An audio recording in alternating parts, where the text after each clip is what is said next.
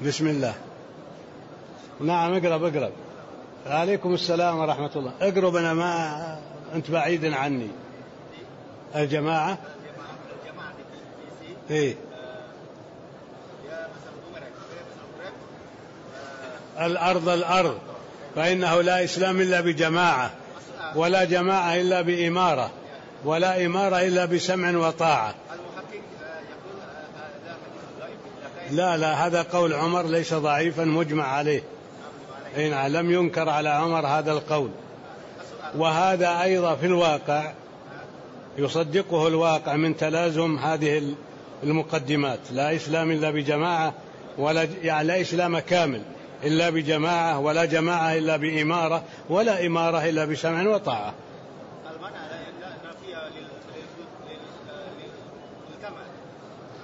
لا إسلام، لا إسلام كامل. نعم. تابع الأذان بعد الأذان. الله أكبر.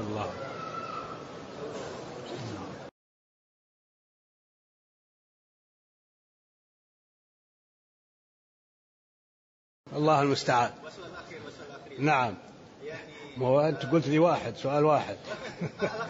الأخير. طيب هات. كيف يتم بهذه الجماعة يبين على شخص معين ليس له قدرة على أساس الناس أصلا؟ هذا اعتقاد الشيخ ولا كيف؟ يبين الناس، يبين شخص معين يبايعون.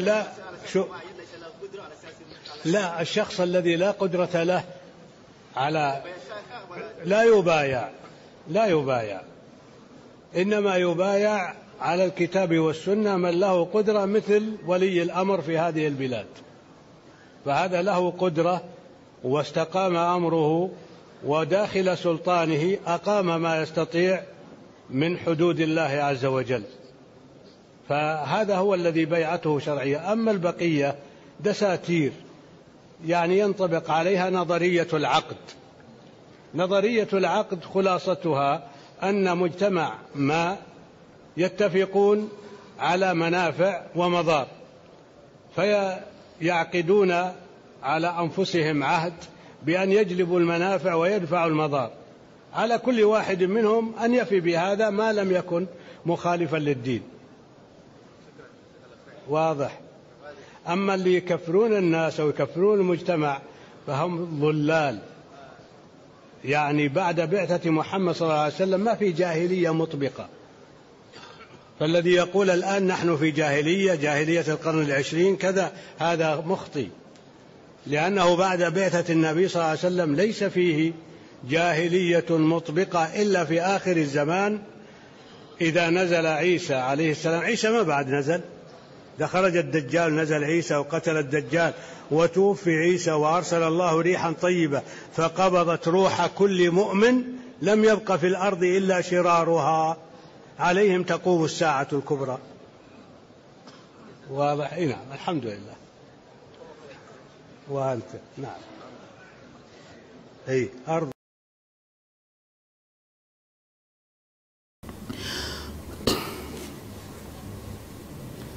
Saya adalah seorang fulan dari jamaah Islam jamaah, ya. Dalam jamaah ini diajarkan bahwasanya orang Islam di luar jamaah kami adalah kafir. Ini saya singgung tadi. Siapa yang tidak berbaiat kepada imam jamaah dianggap kafir. Kelompok ini membawakan hadis Rasulullah berbunyi, la Islam illa bi jamaah, wala jamaah illa bi imarah, wala imarah illa bi ta'ah. Ya. Intinya mereka punya dalil, ya. Ya kita bilang ini ngawur, ya. Ya ini Rasulullah ini. Kalaupun hadis ini sahih, maka ini maksudnya adalah kesempurnaan Islam adalah dengan taat kepada pemimpin, bukan berarti kalau orang keluar dari kepemimpinan maka dia kafir, ya.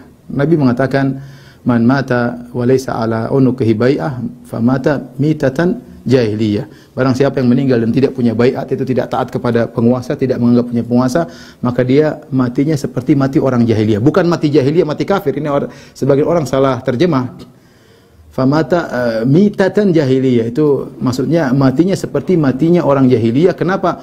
Orang jahiliyah dahulu mereka tidak punya pemimpin. Mereka hidup senang bebas, masing-masing jadi pemimpin sendiri, tidak mau, dan mereka bangga kalau bisa tidak dipimpin. Mereka bangga kalau tidak bisa. Mereka bangga kalau bisa berperang keluar dari kekuasaan orang lain. Maka itu sifat jahiliyah. Di antaranya yang keluar dari bayat orang Khawarij. Khawarij yang tidak dikafirkan. Khawarij yang benar-benar bukan cuma keluar dari kepimpinan Ali bin Abi Thalib, bahkan berperang, bahkan membunuh orang-orang, itu pun tidak dikafirkan oleh Ali bin Abi Thalib. Terus kita yang tidak bayat sama imamnya kita dikafirkan.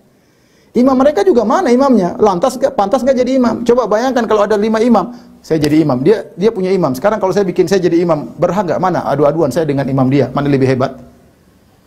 Terus ada imam lagi ketiga, mana lebih hebat di antara kita yang berhak lebih jadi imam? Ada imam keempat. Terus kalau begitu caranya rusak. Ini namanya bayat yang bid'ah, yang tidak pantas. Gimana membayat sama imam dia? Imam dia negaranya tidak punya, negaranya sembunyi-sembunyi, ilmunya nggak ada. Ya. Mengkafir-kafirkan orang tidak bayat sama dia saja kita tidak tahu. Imamnya mana? Kemudian surga dan neraka digantungkan kepada imam yang seperti ini. Ini jamaah bahlul seperti ini, hati-hati ya. Tinggalkan jamaah seperti ini, sesat dan menyesatkan.